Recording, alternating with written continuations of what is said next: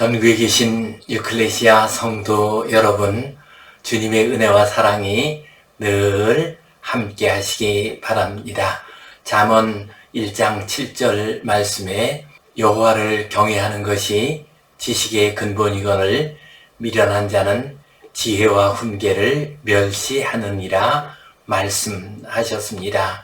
지식은 많고 정보는 많고 데이터는 많은 시대이지만은 지혜가 없는 시대입니다. 이런 시대를 맞이해서 하나님의 말씀을 통해서 성령님의 음성을 통해서 지혜를 얻고 아름답고 거룩한 하나님의 자녀로 살아가시기를 간절히 바랍니다. 우리 함께 사도신경 고백하심으로 유클레시아 예배 시작하겠습니다. 나는 전능하신 아버지 하나님 천지의 창조주를 믿습니다. 나는 그의 유일하신 아들 우리 주 예수 그리스도를 믿습니다.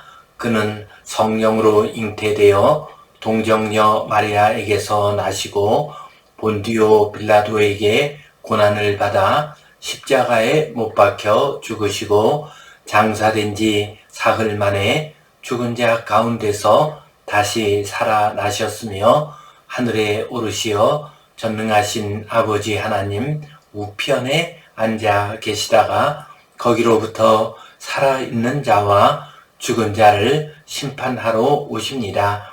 나는 성령을 믿으며 거룩한 공교회와 성도의 교제와 죄를 용서받는 것과 몸의 부활과 영생을 믿습니다.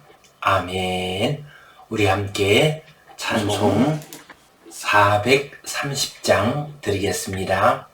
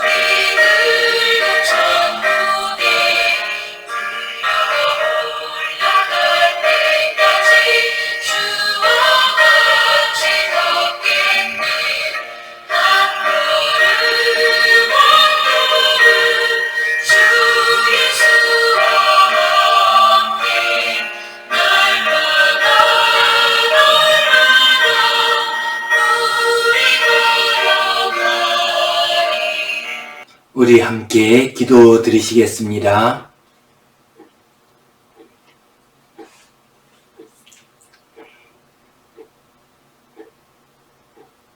하나님 아버지 은혜에 감사합니다.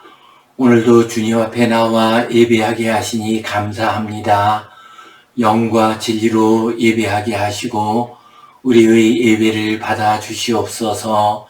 이 예배를 통하여 하나님의 음성을 듣게 하시고 하늘의 신령한 은혜와 복을 받게 하여 주시옵소서. 주님, 이 나라를 위하여 간절히 기도합니다. 선거의 철이 되었습니다. 주님, 이 나라의 좋은 지도자, 하나님을 경외하고 백성들을 사랑하는 귀한 지도자 세워질 수 있도록 인도하여 주시옵소서. 선거의 과정에서 이 나라의 백성들의 마음이 갈라지지 않게 하시고 함께 이웃사랑, 나라 사랑하는 마음으로 선거에 임할 수 있도록 도와주시옵소서. 의대생 정원 문제와 관련해서 의정 간의 갈등이 더욱 심화되고 있습니다. 주님, 긍휼히 여겨주시고 모든 문제가 잘 해결되게 하여 주시옵소서. 나이 드신 이들에게는 천국의 소망이 넘치게 하시고 젊은이들에게는 마음껏 일하며 하나님의 거룩한 뜻을 이루어갈 수 있도록 인도하여 주시옵소서. 모든 것을 주님께 의탁하오며 예수님 이름으로 기도하옵나이다. 아멘. 하늘에 계신 우리 아버지, 아버지의 이름을 거룩하게 하시며 아버지의 나라가 오게 하시며 아버지의 뜻이 하늘에서와 같이 땅에서도 이루어지게 하소서. 오늘 우리에게 일용할 양식을 주시고 우리가 우리에게 잘못한 사람을 용서하여 준 것 같이 우리 죄를 용서하여 주시고 우리를 시험에 빠지지 않게 하시고 악에서 구하소서.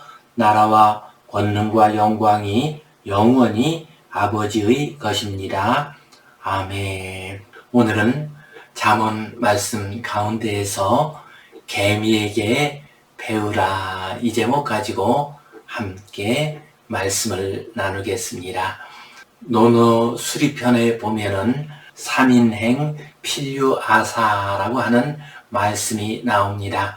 곧 세 사람만 같이 가면은 반드시 그 자리에 자기의 스승이 있다는 말씀입니다. 우리가 누구에게나 어디에서나 배울 수 있다는 말씀입니다. 3인행 필유아사언이요 택기선자 이종지 기불선자 이개지. 3인행 세 사람이 함께 가면은 필유아사 반드시 있다. 아사 나의 스승이 반드시 있다. 택기선자 그 사람들 중에서 선한 사람을 택하게 되면 선한 사람을 보게 되면은 이 종지 그를 따를 것이요 그에게 배울 것이요 기불선자 그 사람 중에서 선하지 못한 사람을 보게 되면은 이 개지 그것을 고칠지니라. 나에게도 그런 선하지 못한 모습이 있을 수가 있습니다. 그러므로 다른 사람의 그 모습을 보고서 나 자신의 잘못된 것을 고칠 수가 있다라는 말씀입니다. 이처럼 우리들은 인생길 살아가면서 선한 사람을 만나든 악한 사람을 만나든 우리의 마음 자세가 바로 되어 있으면 언제나 배울 수가 있는 것입니다. 이것을 공자님께서는 세 사람이 함께 가면은 반드시 스승이 있다라고 표현을 하셨습니다. 그렇습니다. 우리는 인생길을 살아가면서 배울 수 있는 것이 참 많이 있습니다. 이 세상은 하나님께서 창조하신 세상입니다. 그래서 아무리 하찮은 것, 오늘 본문 말씀에 나오는 것처럼 개미와 같이 하찮은 그런 민물이라 할지라도 그 속에는 하나님의 창조의 숨결이 들어있고 창조의 지혜가 들어 있습니다. 그것들을 통해서도 배울 수 있는 것들이 참 많이 있습니다. 이 시간 개미에게 배우라 이 제목으로 함께 은혜를 나누겠습니다. 성경 본문 말씀 같이 보겠습니다. 게으른 자여 개미에게 가서 그가 하는 것을 보고 지혜를 얻으라. 개미는 두령도 없고 감독자도 없고 통치자도 없으되 먹을 것을 여름 동안에 예비하며 추수 때에 양식을 모으느니라. 아멘. 오늘 말씀을 보면 개미를 보고 지혜를 얻으라 하고 말씀하십니다. 게으른 자에게 말씀을 하고 있습니다. 개미에게 가서 그가 하는 것을 보라. 그리고 지혜를 얻으라 하고 말씀하셨습니다. 하찮은 개미이지만 우리 인생들에게 주는 교훈이 있습니다. 개미와 관련된 가장 유명한 이야기가 있죠. 이솝이 지은 개미와 배짱이 이야기입니다. 하찮은 개미이지만 우리 인생들에게 주는 교훈이 있습니다. 가서 보고 배우라 라고 했습니다. 여기서 본다는 것은 그냥 슬쩍 살펴보는 것을 의미하는 것이 아닙니다. 자세히 깊이 들여다보는 것을 의미합니다. 우리가 개미에게서 배우려고 하면은 깊이 들여다보아야 합니다. 개미가 어떻게 활동하는가를 잘 들여다보아야 합니다. 그때 우리는 배울 것이 있습니다. 지혜를 얻을 수가 있습니다. 이 세상 모든 일이 다 마찬가지입니다. 다른 사람의 모습이나 또는 이 세상 돌아간 모습을 깊이 들여다봐야 합니다. 그때 우리는 배울 수가 있습니다. 지혜를 얻을 수가 있습니다. 그리고 나서 개미에게 무엇을 배울 것인가를 말씀하십니다. 먼저 개미에게서 스스로 일하는 것을 배우라. 곧 자율적으로 일하는 것을 배우라 말씀하십니다. 7절 말씀에 개미는 두령도 없고 감독자도 없고 통치자도 없으되, 개미가 일하는 것을 보면은 자율적으로 합니다. 스스로 알아서 합니다. 어떤 두령이 있거나 감독자가 있어서 일을 시키고 감시하지 않습니다. 그래도 일을 잘 하고 있습니다. 그런데 사람을 보면요, 물론 어떤 사람들은 자기 일을 알아서 잘 하고 또한 다른 사람까지도 도와주면서 일을 하는 사람이 있습니다. 그러나 어리석은 사람은 두령이나 감독자가 없으면 눈속임만 하게 됩니다. 게으름을 피우게 됩니다. 자기가 맡은 일도 제대로 하지 않습니다. 이런 사람들은 개미를 통해서 배워야 합니다.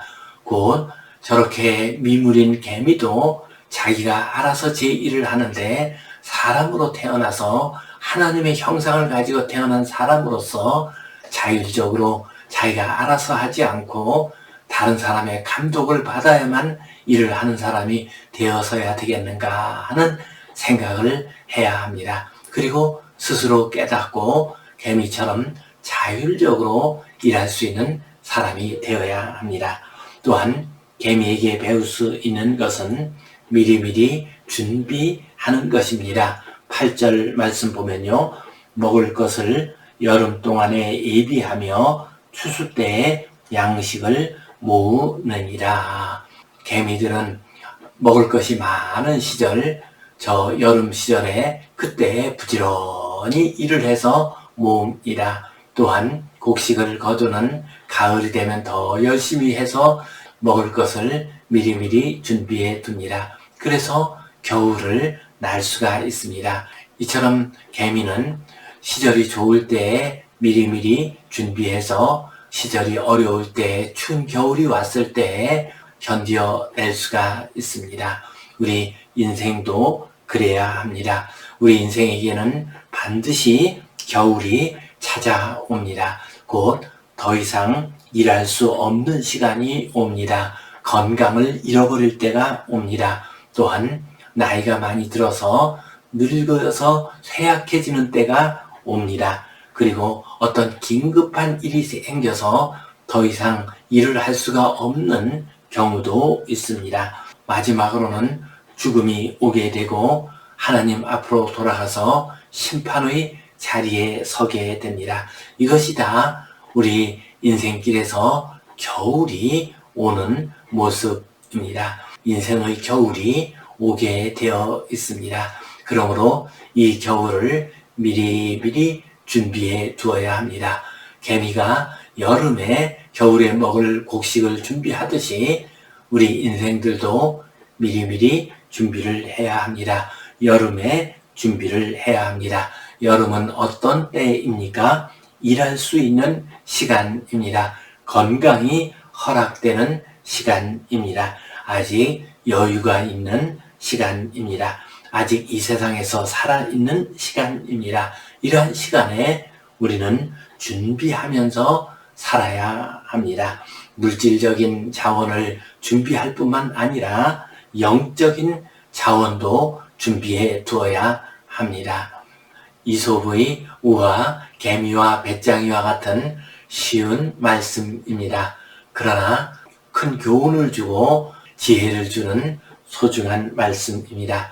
이 말씀 가지고 우리가 두 가지를 정리해 보도록 하겠습니다. 첫 번째로 우리는 큰 일에서도 배우지 못하는 어리석은 인생이 되지 말아야 하겠습니다. 어리석은 인생들, 그 사람은 큰 일에서도 배우지 못합니다. 어리석은 사람은 어떤 사람입니까? 생각이 깊지 못하는 사람, 생각 없이 사는 사람입니다. 또한 생각을 하면서 산다 할지라도 자기 욕심이나 자기 의에 사로잡힌 사람은 어리석은 사람입니다. 육신적인 이해관계에 눈이 먼 사람도 어리석은 인생입니다. 이런 어리석은 인생이 되면은 인생의 깊은 골짜기를 지나가면서 자기 자신 혹은 자기 주변에서 일어나고 있는 크고 놀라운 일을 보고서도 아무런 배움이 없습니다. 깨달음이 없습니다. 그저 육신적으로만 생각하고 눈앞의 이익만 생각하면서 살게 됩니다. 이런 사람들은 큰 일을 통해서도 배우지 못하는 어리석은 인생입니다. 어떤 한 사람 이야기입니다. 그 사람은 젊었는데 갑자기 큰 병에 걸렸습니다. 큰 수술을 하게 되었습니다. 그리고 2달 가까운 시간 동안 병원에서 입원 생활을 했습니다. 참 힘들고 어려운 시절을 보내왔습니다. 그리고 나서 퇴원을 했습니다. 그의 친구가 물어보았습니다. 그렇게 병원에 있을 동안에 무슨 생각을 했니? 무슨 깨달음이 있었니? 하고 물어보았습니다. 그러자 깨닫기는 뭘 깨달아? 지루해서 혼났다. 빨리 나가서 놀아야지. 그 생각밖에 없었어. 라고 대답을 했습니다. 참으로 어리석은 사람입니다. 큰 병에 걸려서 2달 이상을 병석에 누워 있으면서도 인생에 대해서 깨달은 것이 없으니 얼마나 어리석은 인생입니까? 우리들 주변에는 이런 인생들이 참 많이 있습니다. 크고 놀라운 일을 보면서도 자기와 아무 상관이 없다고 생각합니다. 그 속에 들어있는 역사의 진리, 인생의 진리를 알지 못합니다. 그래서 결국은 불행한 인생이 되고 초라한 인생이 됩니다. 심한 경우에는 망하는 인생이 되고 맙니다. 성경 속의 인물 가운데서 가룟 유다가 그 대표적인 인물입니다. 가룟 유다, 그는 어떤 사람이었습니까? 예수님의 12제자 가운데 한 사람이었습니다. 그는 늘 예수님 곁에 있었습니다. 예수님께서 행하시는 놀라운 일들을 많이 보았습니다. 수많은 병자들을 고치셨습니다. 물길을 걸어 오셨습니다. 또한 오병이어의 이적을 일으키셨습니다. 그리고 주님께서는 참으로 이전의 여러 랍비나 스승들을 통해서는 들을 수 없었던 하늘의 진리를 말씀해 주셨습니다. 인간이 받은 진리 가운데서 최고의 진리라고 할 수 있는 산상수훈의 말씀을 우리에게 주셨습니다. 가룟 유다는 그 모든 것을 우리 주님 옆에서 다 듣고 본 사람이었습니다. 그러나 그 사람은 자기 의에 빠진 사람이었습니다. 그래서 그 놀라운 모습을 보고서도 배우지 못했습니다. 그리고 결국은 주님을 팔아넘기고 배신하는 악을 저질렀습니다.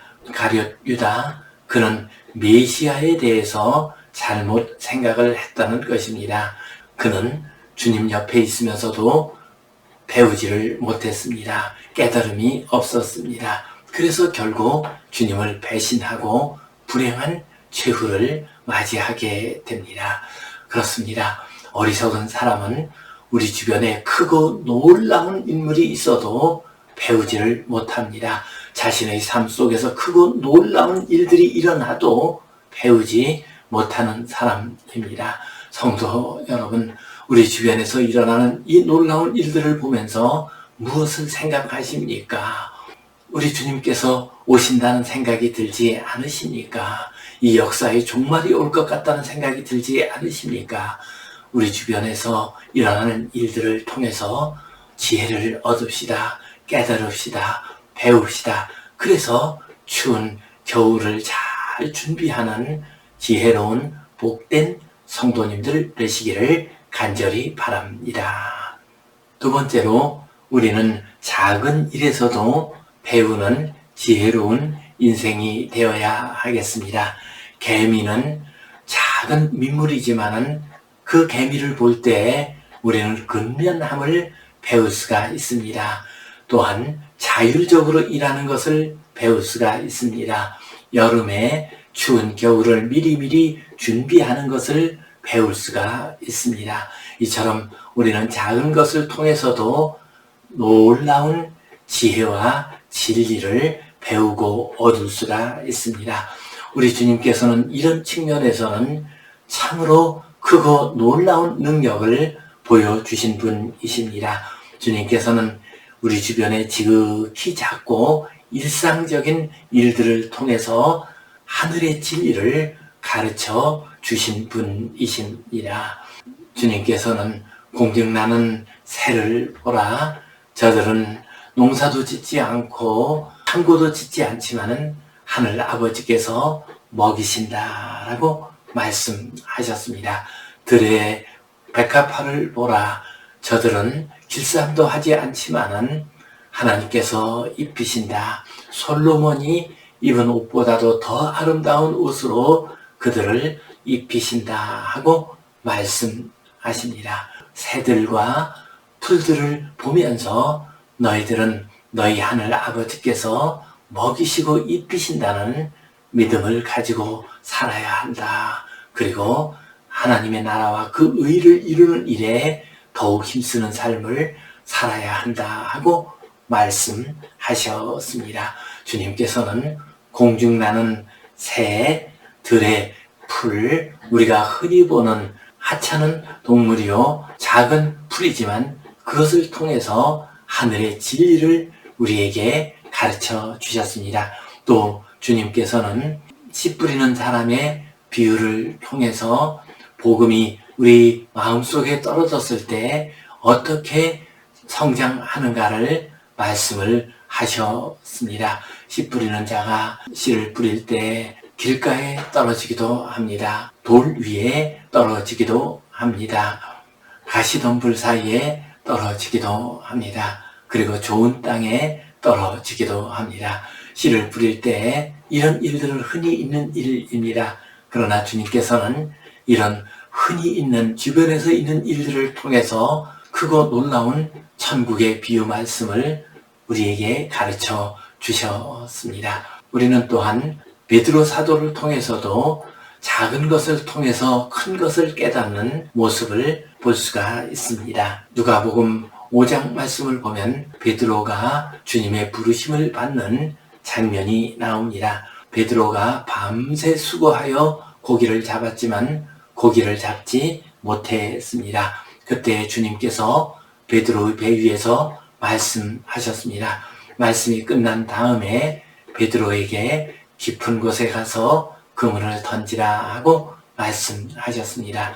그러자 그는 주님의 말씀에 순종해서 깊은 물에 가서 그물을 던졌습니다. 그랬더니 많은 물고기가 잡히게 되었습니다. 그러자 그는 자기 자신을 돌이켜 봅니다. 그리고 주님 앞에 엎드립니다.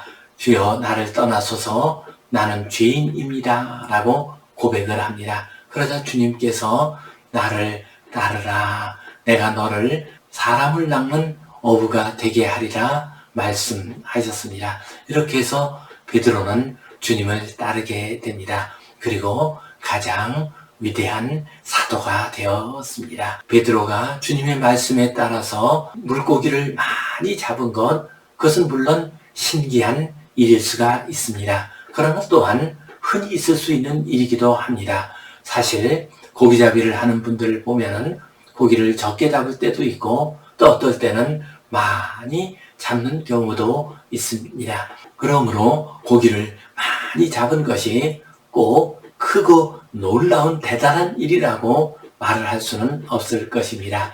그러나 베드로는 그 일을 통해서 크고 놀라운 하늘의 신비를 보았습니다. 우리 주님 예수 그리스도 속에 있는 크고 놀라운 신적인 손길을 느꼈습니다. 그래서 그는 자기 자신을 돌이켜 봅니다. 그리고 엎드려서 주여 나를 떠나소서 나는 죄인입니다. 라고 고백을 합니다. 그 결과 그는 주님의 부르심을 받았고 크고 위대한 사도가 될 수가 있었습니다. 성도 여러분, 우리 주변에서 일어나고 있는 많은 일들, 그것이 작은 일이요 평범한 일일 수가 있습니다. 그러나 그 일 속에 하늘의 신비가 들어 있습니다. 그 일을 통해서 우리는 하늘의 진리를 깨달을 수가 있습니다. 하나님의 음성을 들을 수가 있습니다. 작은 일, 평범한 일, 일상적인 일 속에서 하늘의 신비를 깨닫고 하늘로부터 임하는 지혜를 얻는 복된 성도님들 되시기를 주님의 이름으로 축원합니다. 기도하겠습니다. 하나님 아버지, 은혜에 감사합니다. 우리가 계미를 통해서 배울 수 있는 것처럼 우리 주변의 삶 가운데서 배울 수 있는 자가 되게 하여 주시옵소서. 작은 일, 평범한 일, 일상적인 일 속에서 우리에게 들려주시는 주님의 음성을 듣게 하여 주시옵소서. 하늘의 진리를 깨닫게 하여 주시옵소서. 예수님 이름으로 기도하옵나이다. 아멘. 이제는 우리 주 예수 그리스도의 은혜와 하나님 아버지의 크신 사랑과 성령님의 감동, 감화하심, 교통하심, 위로하심, 회복하심의 역사가 개미에게서 배우는 지혜로운 하나님의 사람이 되기를 소원하는 모든 주의 백성들을 위해, 이 땅 위의 교회들을 위해 이제로부터 영원토록 함께 하시옵기를 간절히 축원하옵나이다. 아멘.